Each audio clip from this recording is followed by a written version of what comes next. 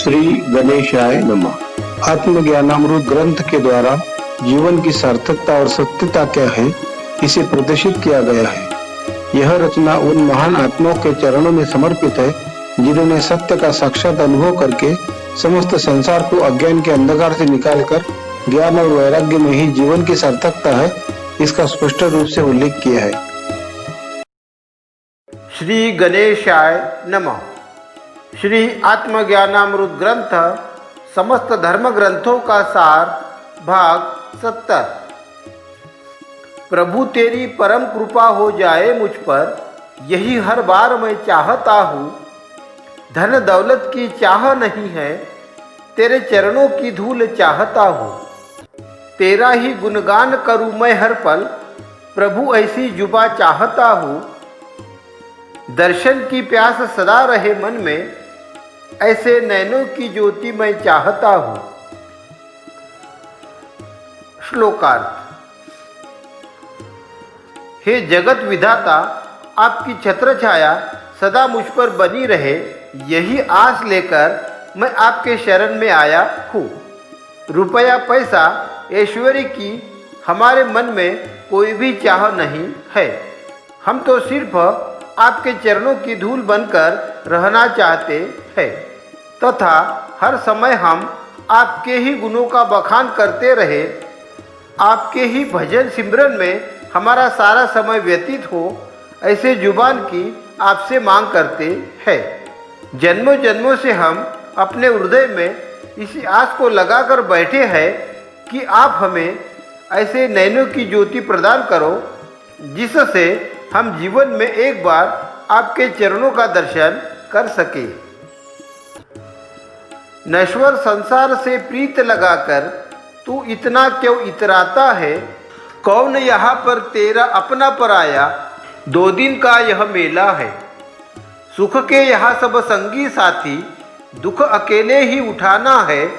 सार्थक कर ले इस जीवन को, कल का ना कोई भरोसा है। श्लोकार्थ। संत पुरुष हमें कहते हैं कि हे मनुष्य, इस नश्वर संसार से प्रीत लगाकर तू अपने आप को सबसे बड़ा बुद्धिमान समझकर अभिमान से क्यों फूला न समा रहा है। इस संसार में जिन रिश्ते नातों का निर्वाह करने के लिए तू अपने बहुमूल्य समय का उपयोग कर रहा है, वे लोग यहाँ तेरा सदा के लिए साथ नहीं दे सकते। यहाँ पर तेरा ना कोई अपना है और ना ही कोई पराया है, क्योंकि यह संसार केवल 2 दिन के मेले के समान है और जिन सगे संबंधियों से तू सुख मिलने की आस लगाकर बैठा है, वे केवल तेरे सुख में ही तेरा साथ देने के लिए तैयार रहेंगे। जैसे ही तुझ पर दुखों का सामना करने की नौबत आएगी, यह सब रिश्तेदार तुझसे दूर हो जाएंगे और दुखों को भोगने के लिए तुझे अकेला तेरे हाल पर छोड़ देंगे। इसलिए तू अपने समझदारी का उपयोग करते हुए परमात्मा पर अनन्य भाव से श्रद्धा रखते हुए प्रभु की भक्ति कर। ऐसा करने से तेरा इस भवसागर से उद्धार हो जाएगा। लख 84 बीत जाने पर तूने नर जन्म का चोला पाया है। हर एक पल का मोल तुम करना, यह पुण्य कर्म का साठा है। तेरे सगे संबंधी यहाँ पर केवल 2-4 दिन के ही पस साथी है। जोड़ ले नाता उस पर ब्रह्म से जो तीनों लोक के निवासी है। श्लोकार्थ। मनुष्य को 84 लाख योनियों को भोगने अर्थात जन्मों जन्मों के चक्कर लगाने के बाद नर जन्म मिलने का अवसर प्राप्त होता है। इस दुर्लभ जीवन को सफल बनाने के लिए व्यक्ति को अपने समय का सदुपयोग करना चाहिए और इस बात को समझना चाहिए कि यह अनमोल समय हमें हमारे कई जन्मों के पुण्य कर्मों के कारण उपहार में मिला है। इसलिए समय को जरा भी व्यर्थ ना गवाते हुए संसार की क्रियाकलापों को संपन्न करते हुए व्यक्ति को सदा परब्रह्म परमात्मा से अपने घनिष्ठ संबंध बनाकर रखना चाहिए, जो इस स्वर्ग पृथ्वी और पाताल के निवासी है।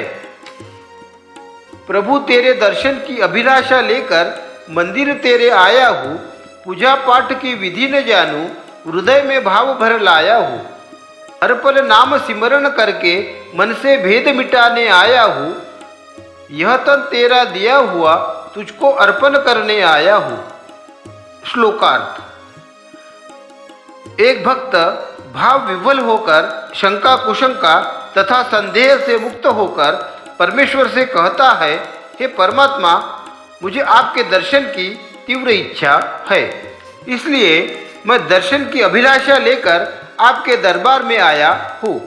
मैं आपकी पूजा अर्चना करने की कोई भी विधि विधान को नहीं जानता, इसलिए अपने हृदय में भक्ति की भावना लेकर आया हूँ। मन से सभी प्रकार की दुविधाओं को मिटाकर अपने मन को स्वच्छ तथा निर्मल करने के लिए आपके द्वार तक आया हूँ।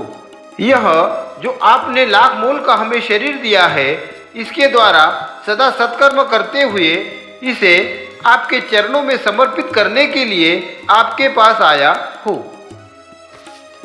मानव चोला बड़ा अनोखा, बड़े भाग पुण्य से पाया है। इसको भव से मुक्त करने की युक्ति भजन भक्ति में है। अनंत जन्मों के बीत जाने से यहाँ मिला तुझे एक मौका है। प्रभु की भक्ति किए बिना जीवन में कदम कदम पर धोखा है। श्लोकार्थ। मनुष्य को यह मानव का शरीर कई जन्मों के पुण्य कर्मों के पश्चात बड़े भाग पुण्य से प्राप्त होता है।